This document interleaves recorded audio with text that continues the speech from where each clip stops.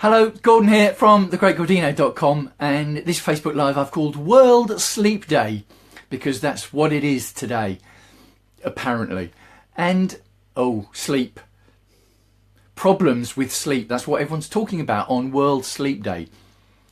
Because if you sleep like a baby and go to sleep as soon as you hit the pillow, World Sleep Day probably doesn't really mean anything to you.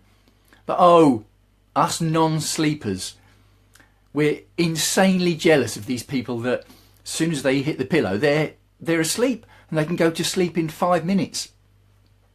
I've always had problems going to sleep, and I had problems going to sleep right up to this day.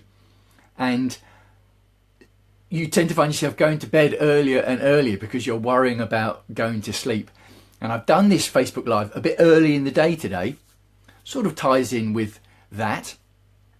But also because there's a lot of sport on later. Six Nations Rugby is on this evening. Women's Six Nations Rugby. But don't start me about the matches clashing on TV. But anyway, where was I? World Sleep Day. It can take me hours to go to sleep. Literally hours and hours of lying there and tossing and turning and going to sleep. So if you think about trying to get 8 hours sleep, and say you've got to get up at 6 o'clock in the morning, well, 8 hours sleep would mean you need to be asleep at 10 o'clock. And then you think, if I've got to be asleep at 10 o'clock and it's going to take me 2 hours or more to get to sleep, I've got to go to bed at 8 o'clock to get 8 hours sleep. And then I make the mistake that a lot of people make who have trouble sleeping, is they try and force themselves to go to sleep. You look at your watch and you think, right, I'll get 8 hours sleep if I'm asleep in half an hour. And then an hour later you think, well, I'm still awake. Okay, I'll get 7 hours sleep if I'm asleep. And then an hour later you think, well, hang on, I'm still awake. Right, 6 hours left sleep if I get to sleep now. And of course you're trying to force yourself to go to sleep. And if you try and force yourself to go to sleep, the last thing that's going to happen is that you're going to go to sleep. I always remember my mother used to say that it doesn't matter if you're actually asleep, because if you're lying in bed quietly with your eyes shut, you're still relaxing and resting, and that's just as good. And I always used to think, what a load of bollocks, because you're not getting the deep REM sleep. And while that's true, you're not getting the deep REM sleep, it is true that you're resting and relaxing more than you would be if either you're up and about or B, you're lying in bed worrying about it. So I'd call it partly bollocks, maybe just the one. But getting that deep REM sleep is important. So here are a few things I've found and tried which sort of sometimes work to help me get to sleep. And before I do that, let's talk about why I have trouble sleeping. And I've spoken about this thing already, about trying to force yourself to go to sleep because you're thinking, I need to get this amount of hours of sleep, so I have to be asleep now. So if you try and force yourself to go to sleep, it's not going to work. The other thing that stops me sleeping, and this has been the case for years, is worrying about sleeping through the alarm clock. So it happens all the time. Say the alarm clock is going off at 6 o'clock.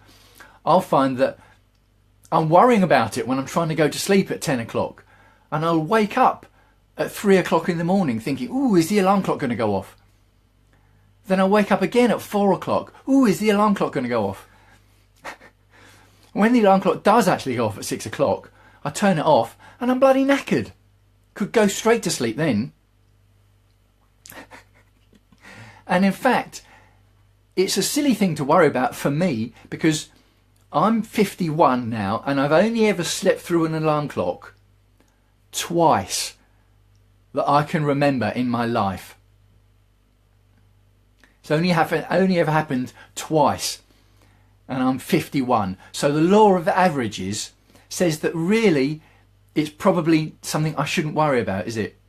But I do worry about it. And the other thing is being disturbed by noise, particularly other people's noise.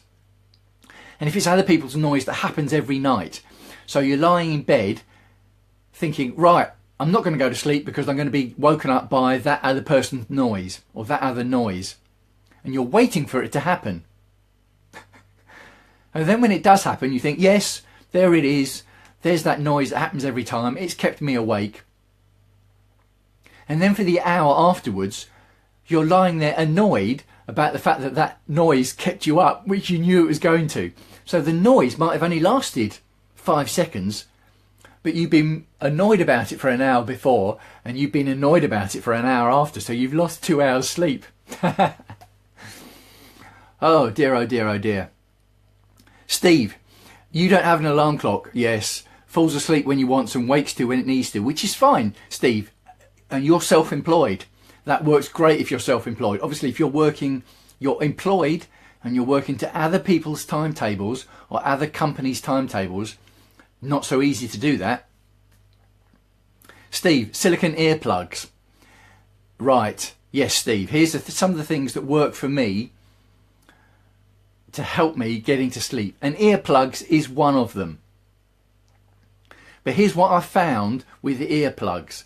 Yes, they work, but to get earplugs that are going to keep out particularly this reoccurring noise from other people that I've spoken about, you've got to spend so much money to get earplugs of a decent quality that you can actually sleep with, because obviously you could get these great big ear defenders, but you can't sleep with them on.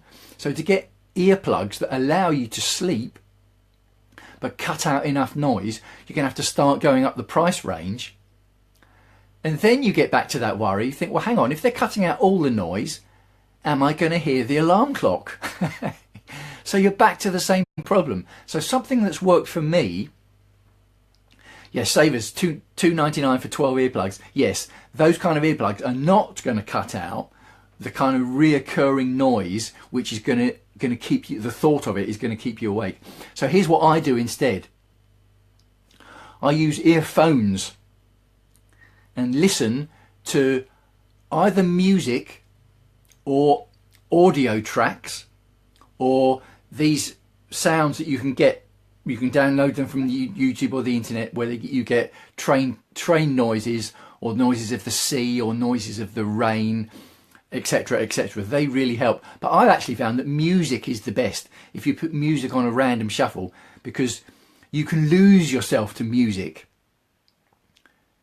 And when you lose yourself to music, you stop worrying about what happened during the day or what's going to happen tomorrow, which are other classic things that keep you awake. So listening to music works fantastically well for me. Something else that I found that works is called the reverse snore. And I think back to my days in Panto, one Panto tour in particular. We did Pinocchio and I was playing music. Steve is saying music is a good way to clear the brain. Yes, and clearing the brain is a vital part of helping to get to sleep for problems who have people who have problems sleeping. So going back to one Panto tour I did where I was playing Geppetto in Pinocchio, and the show started with me sitting